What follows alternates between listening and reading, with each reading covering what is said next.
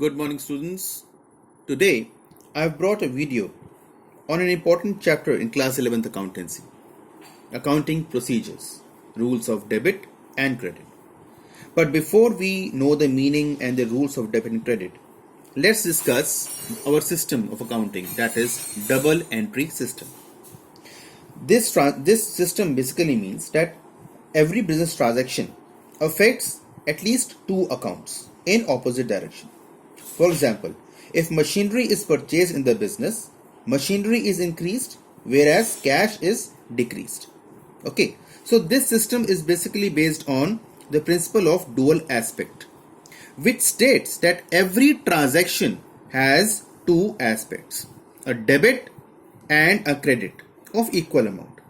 इसका मतलब क्या है? इसका मतलब ये है that every debit must have a corresponding credit of equal amount in one or more accounts.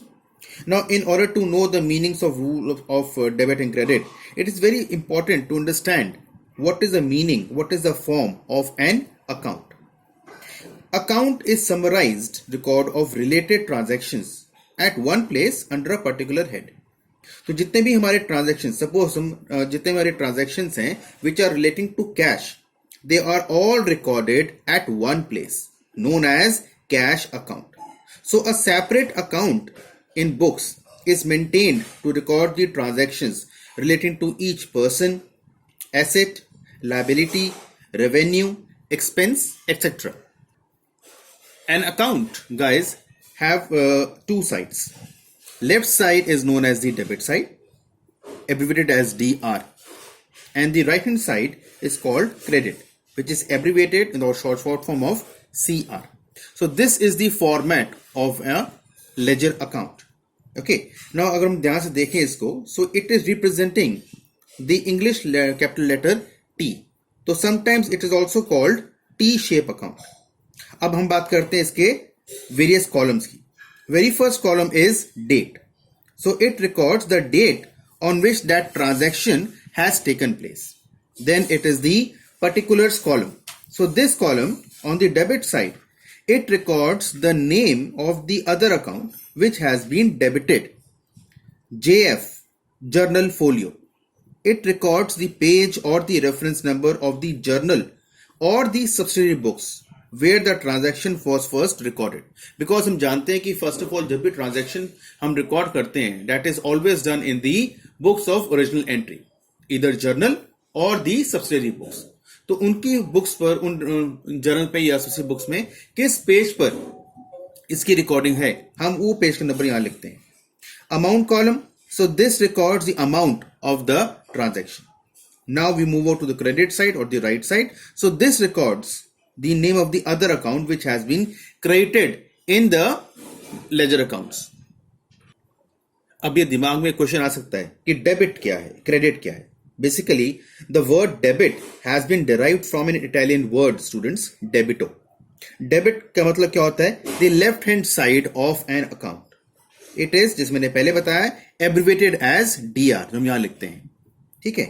If an account is to be debited, then the entry is posted on the debit side. अब आते हैं credit पे. The word credit has been derived from the Italian word credito. Credit refers to the right side of an account. Again, it is abbreviated as CR. So if an account is to be credited, then the entry is posted on the credit side. Now you know that an account has two sides, debit side and credit side. It means some of the transactions are recorded on the debit side of the account, whereas some are recorded on the credit side. लेकिन question ये है कि हम किस rule के हिसाब से entries करेंगे या लेजर पोस्टिंग करेंगे, डेबिट साइड में या क्रेडिट साइड में. And but these rules are known as the rules of debit and credit. Now from the point of view of recording the transaction, students, in an account there are two approaches which you follow in the accounts. पहली approach है the modern approach, also known as the accounting equation approach और the American approach. And the second one is the traditional approach, the British approach or the English system of accounting. तो हम पहले बात करते हैं modern approach की. Now, as per the modern approach, if we classify the accounts, there are 5 types of accounts as per the modern approach. First of all, you can see on the screen assets account. Now, assets account, that means the building account, machinery account, land account, plant account, cash account, bank account, stock account, maybe prepaid expenses account. So all these are the various assets, okay, which means the properties of the business. Second is liabilities account. Liabilities means those accounts which relate to the people or the persons or the parties to whom sums are payable by the business, जिसको business ने पैसे वापस देने हैं. Example, creditors accounts, bills payable account, bank overdraft account, outstanding expenses account और unearned income account. ठीक है. Third है capital account, also known as owner's equity account.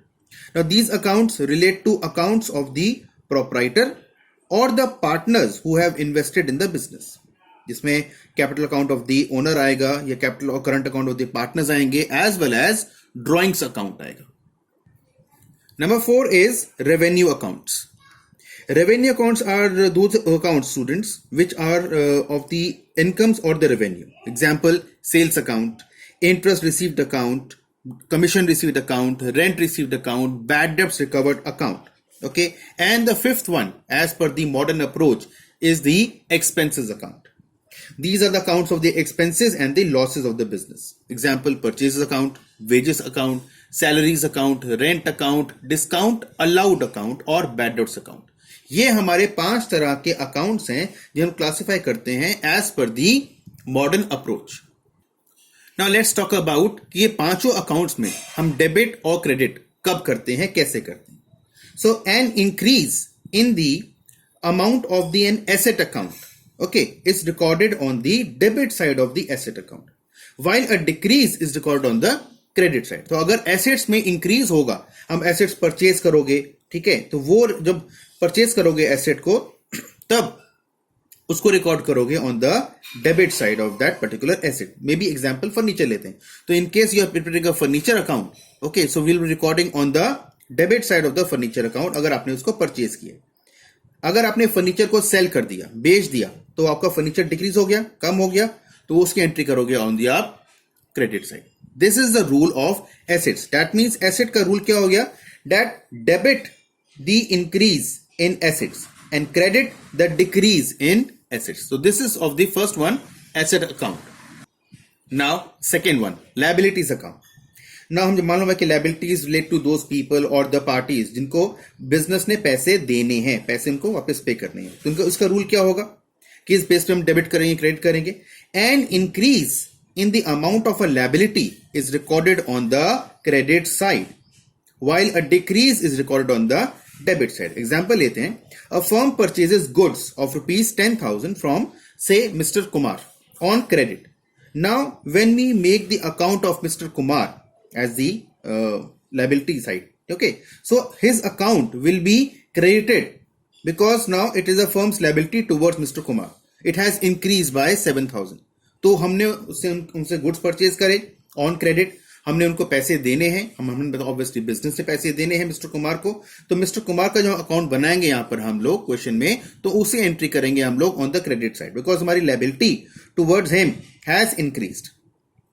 Suppose firm ने उनको पे कर दिया रुपीज आउट ऑफ 10,000 और फर्म ने पे कर दिया ₹5,000, तो उससे उनकी जो लायबिलिटी है वो थोड़ी रिड्यूस हो जाती है, कम हो जाती है, तो उसकी एंट्री करेंगे on the debit side. So increase in liabilities is always recorded on the credit side. Decrease in liabilities is always recorded on the debit side. Now third is the capital account, as you can see here. Capital account means the accounts which relate to the owners or partners, जिसमें मैंने पहले बताया. So इसका rule क्या है, that an increase in capital is recorded on the credit side, while a decrease in the capital is recorded on the debit side. Example लेते हैं, that a proprietor introduces ₹1 lakh as an additional capital in the business. Now capital account students will be credited as firm's liability towards a proprietor has increased. तो उसकी entry हम करेंगे on the credit side. Similarly, अगर उसी proprietor ने अपने कुछ personal uses के लिए कुछ अमाउंट ऑफ मनी या कुछ गुड्स बिजनेस से विड्रॉ कर लिए, उसे कहते हैं ड्रॉइंग्स, उससे मेरा कैपिटल रिड्यूस हो जाता है, उसकी एंट्री करेंगे on the debit side. So increase in capital recorded on the credit side, and decrease in capital in the form of either withdrawal from capital or drawings, okay, which reduces the profit of the company. So that is recorded on the debit side. Okay, next is revenue account. Revenue means, जैसे मैंने बताया, accounts of all revenue, all incomes. So इसका rule क्या है? An increase in revenue or any income is recorded on the credit side, while a decrease is recorded on the debit side. तो example लेते हैं अगर हम लोग समझने के लिए. A firm receives suppose an interest of ₹5,000 on any investment. उन्होंने किसी कंपनी में या कहीं पर भी उन्होंने कुछ इन्वेस्टमेंट कर रखा है, उस पर उनको ₹5,000 का इंटरेस्ट मिला है. So it will be recorded on the credit side of that interest received account because there is an increase in the income of the firm. ठीक है.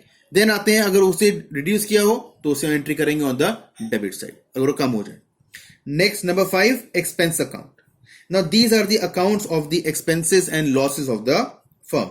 For example, जैसे हमने बताया था रेंट पेड या डिस्काउंट अलाउड या wages account. इसका rule क्या होगा? An increase in the expenses or losses is recorded on the debit side, while a decrease is recorded on the credit side. Suppose करते हैं, a firm is paying a rent of ₹12,000. So firm पे कर रही है, expenses increase हो रहे हैं, it is recorded on the debit side of that particular account. Rent account बनाएंगे और उसकी डेबिट साइड पर उसकी एंट्री करेंगे. ठीक है. कुछ हमने कुछ रिड्यूस होता है तो उसकी एंट्री हम करते हैं ऑन द क्रेडिट साइड. तो बेसिकली हमारा जो as per the modern approach अगर हम बात करते हैं क्विकली इन रूल्स की, तो रूल क्या है?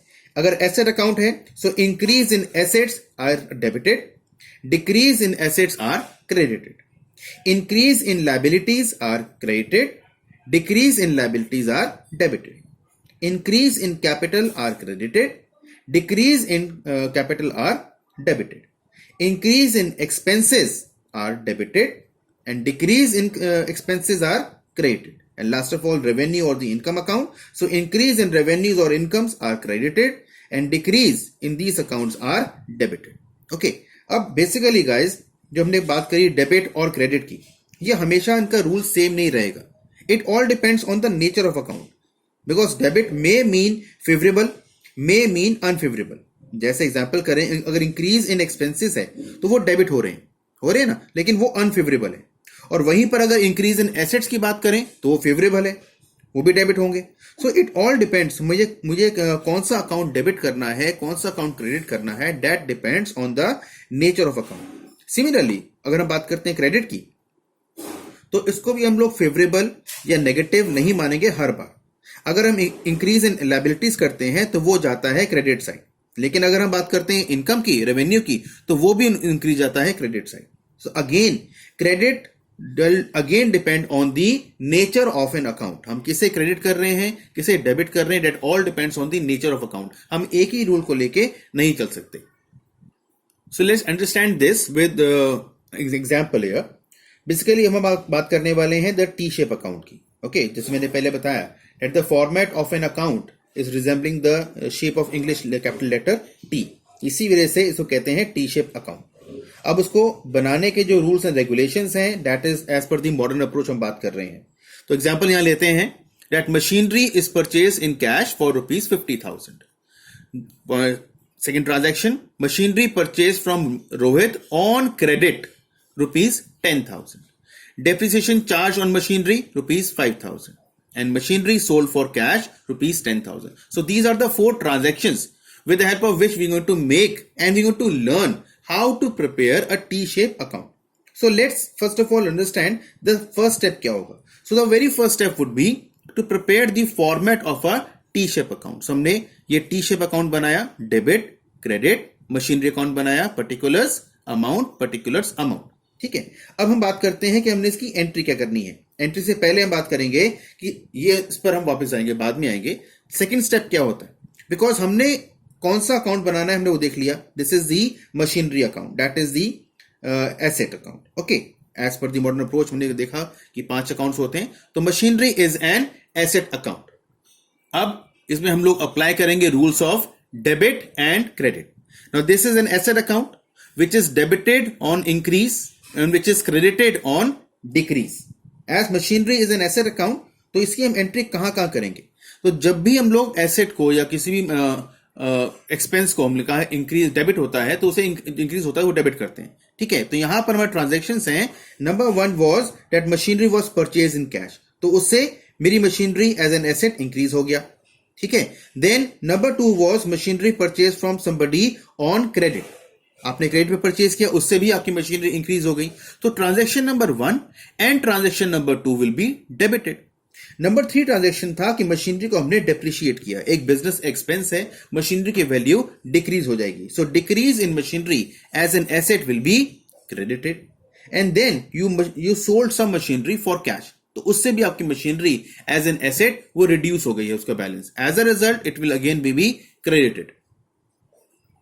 तो this is the T shape account of machinery account जो हमने अभी बात की, और ये चारों ट्रांजैक्शंस को हमने इस तरीके से एंट्री करनी है, लेजर पोस्टिंग करनी है इनकी, और उसके बाद उसको बैलेंस भी करना है। सो हमारी फर्स्ट ट्रांजैक्शन था कैश परचेजेस आपने किया 50,000 रुपए का, उससे machinery as an asset increase हो गया, debit the increase in asset, इसलिए हमने एंट्री करी on the debit side. Number 1 cash purchases amount में 50,000। Number 2 was machinery purchase from Rohit on credit, उधार पे लिया लेकिन उससे मशीनरी हमारी इंक्रीज हो गई है, इसलिए सेकेंड में credit purchases ₹10,000 in the amount to column. Number 3 was depreciation, जो एक बिजनेस एक्सपेंस है हमने चार्ज किया, उससे मशीन की वैल्यू डिक्रीज हो गई, इसलिए number 3 transaction on the credit side, depreciation ₹5,000। Number 4 was हमने मशीन को सेल किया कैश पे फॉर ₹10,000, उससे मशीनरी की वैल्यू कम हो गई, cash sale ₹10,000। Now we balance कैसे करेंगे? दोनों साइड को टोटल करेंगे, this is 50 plus 10 60,000, this is 5 plus 10 15,000, that means debit side is more than the credit side total, as a result हम बैलेंस कहां करेंगे? उसको बैलेंस करने के लिए on the credit side, so we'll write the word balance, और remaining 60 minus 15,000 का जो बैलेंस बचा 45,000 we'll write on the credit side, and then we total. So in this way we prepare a T-shape account, हमने यहां देखा एक asset account, and then we balance it. Let's take one more example. This time it is an example of a creditor, Mr. Mohan, ठीक है। अब मोहन है, creditor है, liability है, तो हमने देखना है कि हमने कैसे इसको अकाउंट्स को बनाना है। उससे पहले ट्रांजैक्शंस पढ़ते हैं हम लोग। पहला ट्रांजैक्शन है purchase goods from Mohan for ₹90,000। Second, paid cash to Mohan ₹20,000। Discount received from Mohan ₹5,000। Goods again purchased from Mohan 40,000 and purchases returns 10,000. So now we have to see what is the nature of account of Mr. Mohan. Mr. Mohan is a creditor, that means it is a liability account. ठीक है। Now we know कि rule क्या है? Any increase in liability is to be credited and any decrease in liability will be debited. Okay, अगर increase हो रही है liability तो इनको उसे क्रेडिट करेंगे, वो liability डिक्रीज हो रही है उसे डेबिट करेंगे।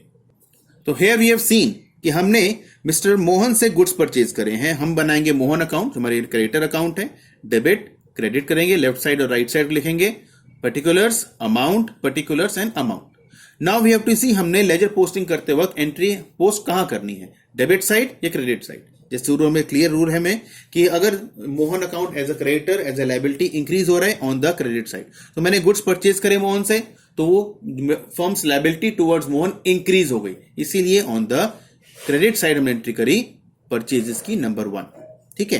Number 2 was paid cash to Mohan, हमने मोहन को एज अ क्रेडिटर कुछ कैश पे कर दिया, तो फर्म की लायबिलिटी टुवर्ड्स मोहन थोड़ी कम हो गई, रिड्यूस हो गई, इसलिए debit the decrease in liability, number 2 entry on the debit side, cash 20,000।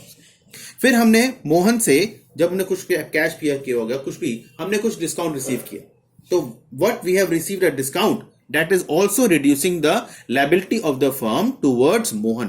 So debit the decrease in liability. Number 3 discount received, debit side.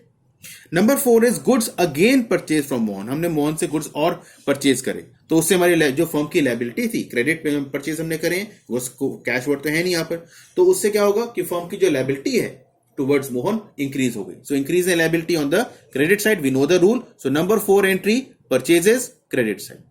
Last was कि परचेज रिटर्न्स, ठीक है, कुछ मोहन जो गुड्स परचेज किए होंगे वो रिटर्न्स हो गए, तो रिटर्न्स हो गए तो उससे भी फर्म की जो लायबिलिटी है टुवर्ड्स मोहन 10,000 रुपीज से रिड्यूस हो गई, इसलिए number 5 on the debit side purchase returns 10,000.